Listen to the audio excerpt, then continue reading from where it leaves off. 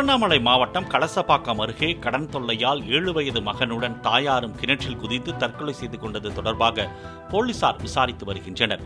ஹேமலதாவின் கணவர் கடந்த ஆண்டு மஞ்சள் காமாலையால் இறந்த நிலையில் தனியார் நிதி நிறுவனத்தில் அவர் வாங்கியிருந்த கடனை திருப்பி செலுத்துமாறு நிதி நிறுவன ஊழியர்கள் அடிக்கடி கேட்டு வந்ததால் ஹேமலதா தற்கொலை செய்து கொண்டதாக போலீசார் தெரிவித்தனர்.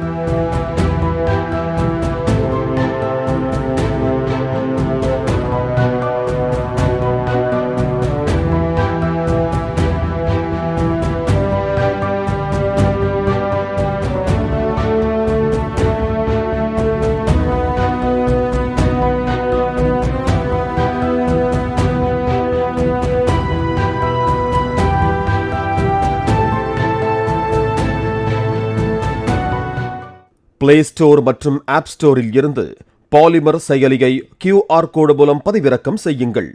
செய்திகளை உடனுக்குடன் பெறுங்கள்.